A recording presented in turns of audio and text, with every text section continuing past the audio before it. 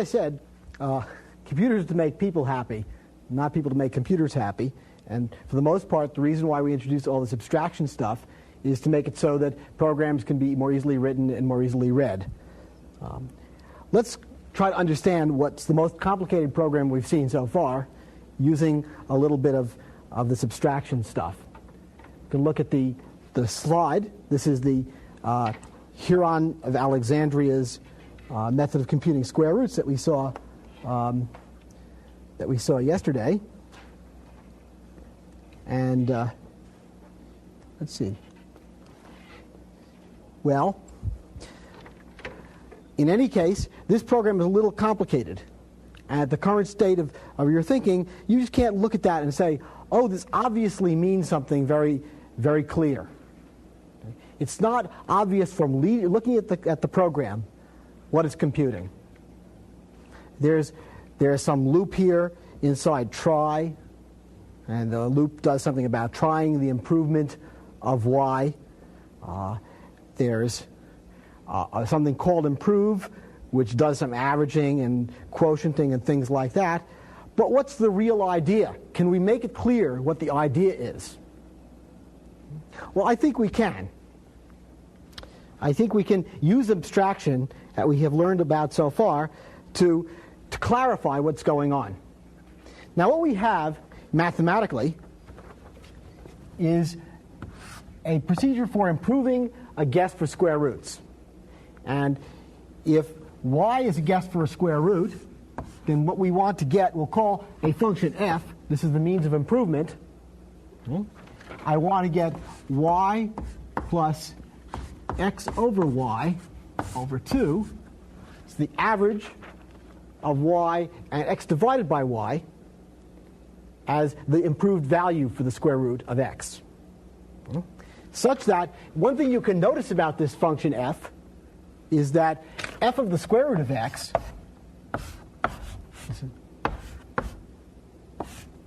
is in fact the square root of x. In other words, if I take the square root of x and substitute for y here, I see the square root of x plus x divided by the square root of x, which is the square root of x. That's 2 times the square root of x divided by 2 is the square root of x. So in fact, what we're really looking for is we're looking for a fixed point. A fixed point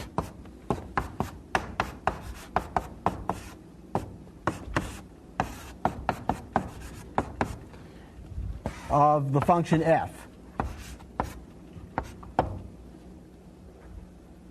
A fixed point is a place which has the property that if you put it into the function, you get the same value out.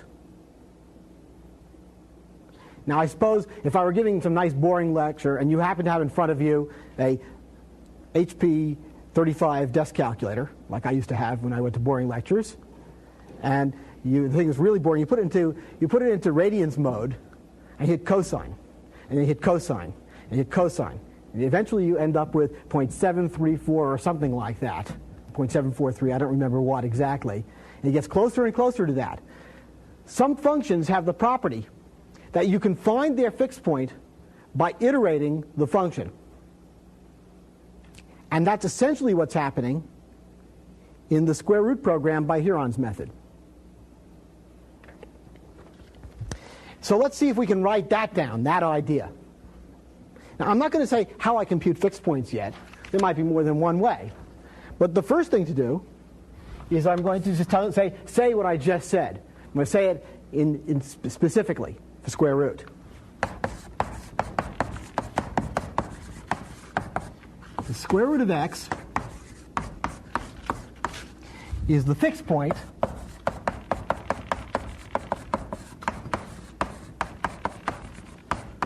of that procedure which takes an argument y and averages of x divided by y with y. And I'm going to start up with an initial guess for the fixed point of 1. Doesn't matter where it starts. A theorem having to do with square roots. So what you're seeing here is I'm just trying to write out, by wishful thinking, I don't know how I'm going to make fixed point happen. We'll worry about that later. But if somehow I had a way of finding the fixed point of the function computed by this procedure, then I would have, that would be the square root that I'm looking for. Okay, well now let's see how we're going to come up with fixed points. Well, it's very simple actually. I'm going to write an abbreviated version here just so we understand it.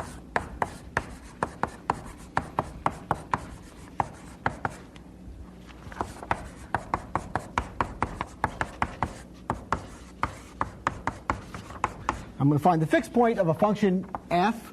Actually, the fixed point of the function computed by the procedure whose name will be f in this procedure. How's that? Long sentence. Starting with a particular starting value. Okay. Well, I'm going to have a little loop inside here, which is going to push the button on the calculator repeatedly, hoping that it will eventually converge. And we will say here, internal loops are written by defining internal procedures. Well, one thing I'm going to have to do is I'm going to have to say whether I'm done. And the way I'm going to decide when I'm done is when the old value and the new value are close enough so I can't distinguish them anymore. That's the standard thing you do on the calculator, unless you look at more precision, and eventually you run out of precision. So, the old value and the new value,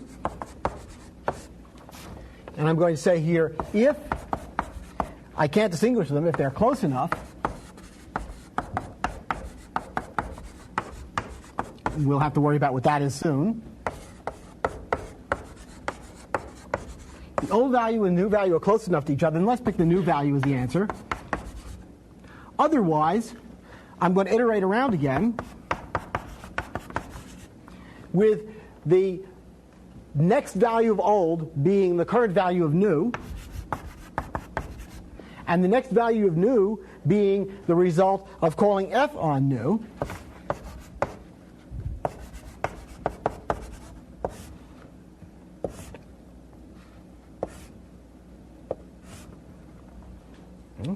And so this is my iteration loop that pushes the button on the calculator. I basically think of it as having two registers in the calculator, old and new. And at each step, new becomes old, and new gets f of new. So this is the thing where I'm getting the next value. And now I'm going to start this thing up.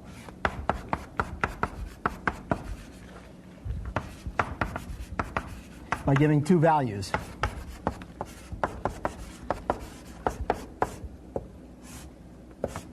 Now I wrote that on the blackboard to be slow so you could see this. This is the first time you've seen something quite this complicated, I think. Okay. However, we might want to see the whole thing over here. In this transparency or slide or whatever, what we have is all of the details that are required to make this thing work. I have a way of giving a tolerance for a close enough procedure, which we see here. The close enough procedure, it tests whether u and v are close enough by seeing if the absolute value of the difference in u and v is less than the given tolerance. Okay, and here's the iteration loop that I just wrote on the blackboard, and the initialization for it, which is right there. It's very simple.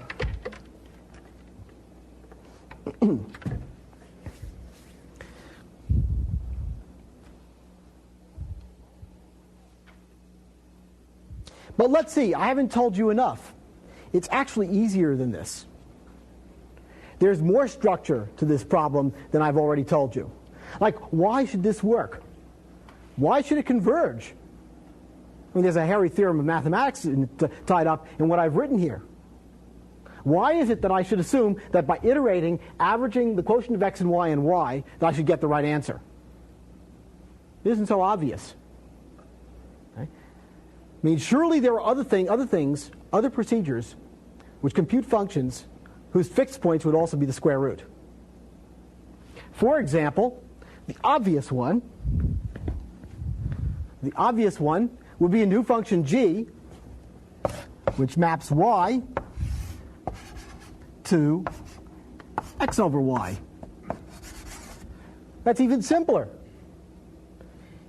The fixed point of g is surely the square root also, and it's a simpler procedure. Why am I not using it? Well, I suppose we know.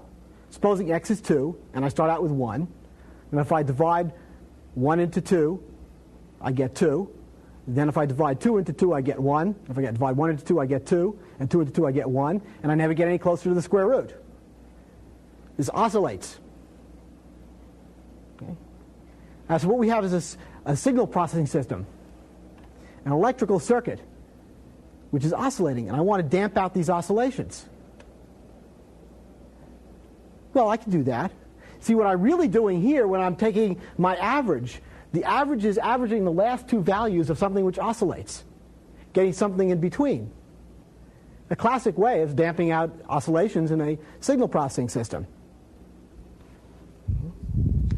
So why don't we write down the strategy that I just said in a more clear way? Well, that's easy enough. I'm going to define the square root of x to be a fixed point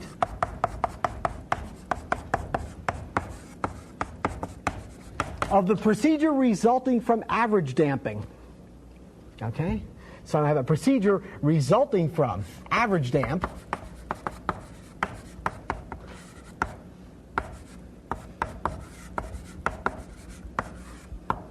of that procedure of y, which divides x by y,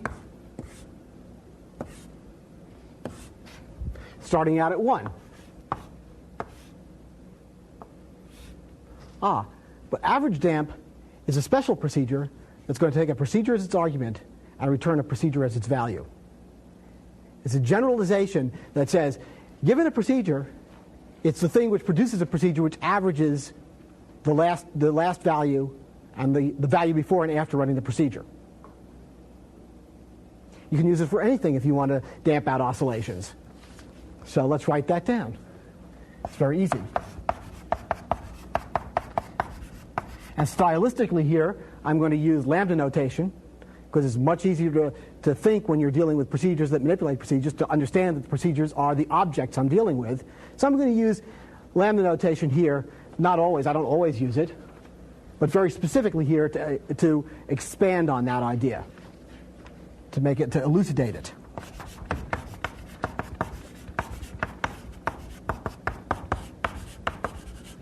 Well, average damp is a procedure which takes a procedure as its argument, which we will call f. And what does it produce? It produces as its value. The body of this procedure is a thing which produces a procedure, the constructor for procedures right here, of one argument x, which averages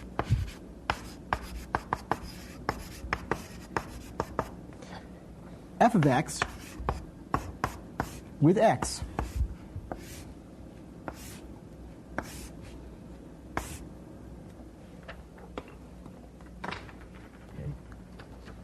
This is a very special thing. I think for the first time you're seeing a procedure which produces a procedure as its value. And this procedure takes a procedure f and does something to it to produce a new procedure of one argument x, which averages f, this f, applied to x and x itself. Used in the context here, I apply average damping to the procedure which just divides x by y. It's a division. Okay. And I'm finding the fixed point of that, and that's a clearer way of writing down what I wrote down over here, wherever it was. Here. Because it tells why I'm writing this down.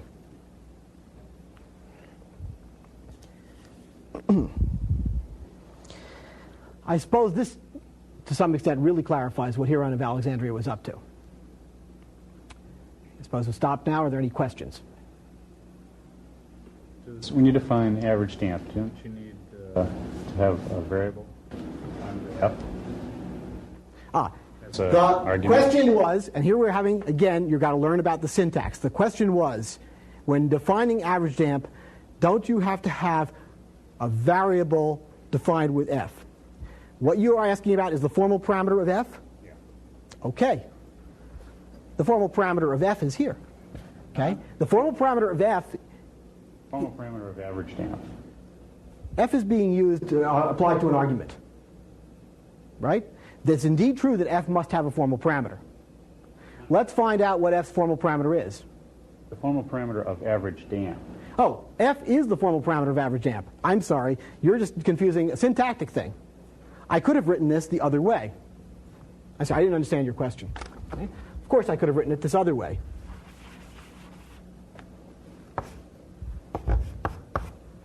Those are identical notations. This is a different way of writing this.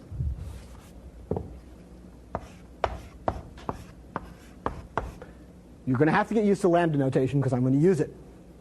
Okay? What it says here, I'm defining the name average damp to name the procedure whose of one argument f. That's the formal parameter of the procedure average damp. What this is defined does is it says give this name a value. Here is the value for it.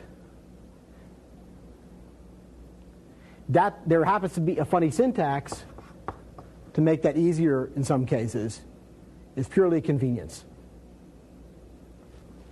But the reason why I wrote it this way here is to emphasize that I'm dealing with a procedure that takes a procedure as its argument and produces a procedure as its value. I don't understand why you use lambda twice. Can you just use one lambda, take two arguments, f and x? No. No? No, that would be a different thing. If I were to write the procedure lambda of f and x, the average of f of x and x, that would not be something which would be allowed to take a procedure as an argument and produce a procedure as its value. That would be a thing that takes a procedure as its argument and a number as its argument and produces a new number. But what I'm producing here is a procedure to fit in the procedure slot over here, which is going to be used over here. So the number has to come from here. This is the thing that's going to eventually end up in the x. And if you're confused, you should do some substitution and see for yourself.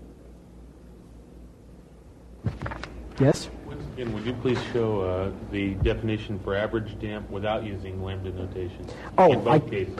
I can't make a very simple one like that. Let me do it for you, though. Okay, I can get rid of this lambda easily. I don't want to be... okay. Actually, I'm lying to you. I don't want to do what you want, okay? Because I think it's more confusing than you think. I'm not going to write what you want.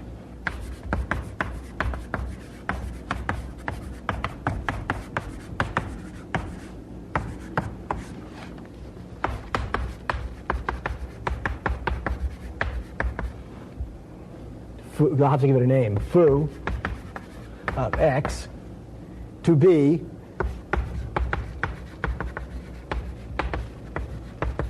of f of x and return as the value foo. This is equivalent, but I have to make an arbitrary name up. This is equivalent to this without any lambdas. Okay? Since lambdas are very convenient for naming anonymous procedures. It's the anonymous name of something. Now, if you really want to know a cute way of doing this, we'll talk about it later, where you don't have to define the anonymous procedure.